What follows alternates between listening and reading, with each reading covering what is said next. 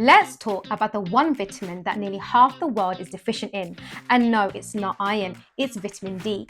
Most think vitamin D is good for your bones, but it's much more than that. It's your immunity shield and your mood stabilizer.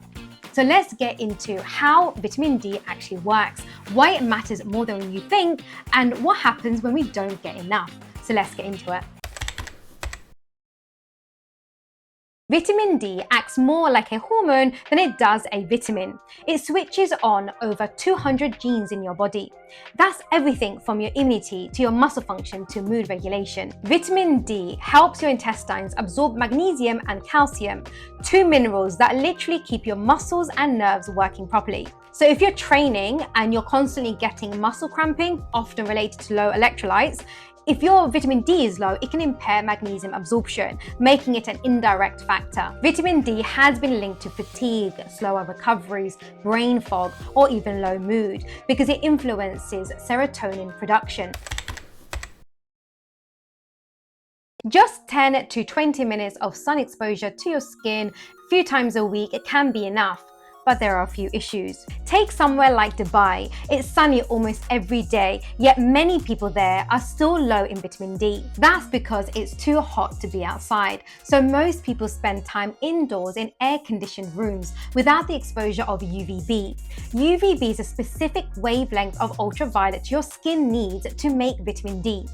Pollution, sunglasses, clouds all block UVB. In winter, most of the US, UK, and Europe can't make enough vitamin D from sunlight at all. The sun's angle being too low for the UVB rays to penetrate the atmosphere effectively. So in these countries, it is often considered acceptable to start a vitamin D supplementation without a prior blood test, particularly in lower doses.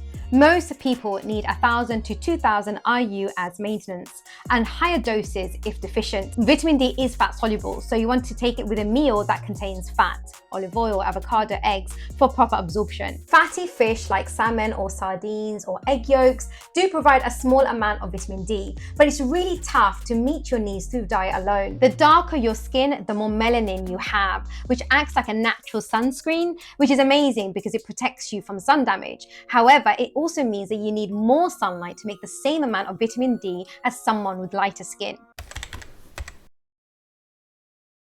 Let's clear this up. Vitamin D toxicity is extremely rare. Unless you are taking 100,000 IU per day for several weeks, I really wouldn't worry. A daily supplement of 1,000 to 2,000 IU is safe for most people. Now, you might have heard about pairing vitamin D with vitamin K2.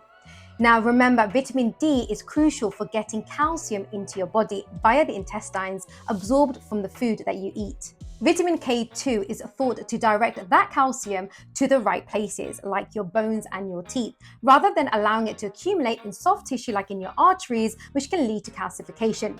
But it's not a part of the NHS guidance for two main reasons.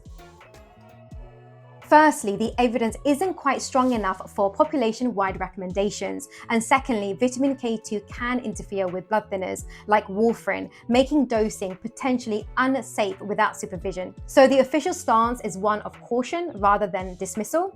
If you are on any anticoagulants, avoid taking any extra vitamin K2 unless your GP advises it. Otherwise, a diet including greens, fermented foods, and eggs often provides enough natural vitamin K. So vitamin D isn't just about your bones, it's about how your whole body functions. So if you've been feeling moody or tired, it might be worth checking your vitamin D.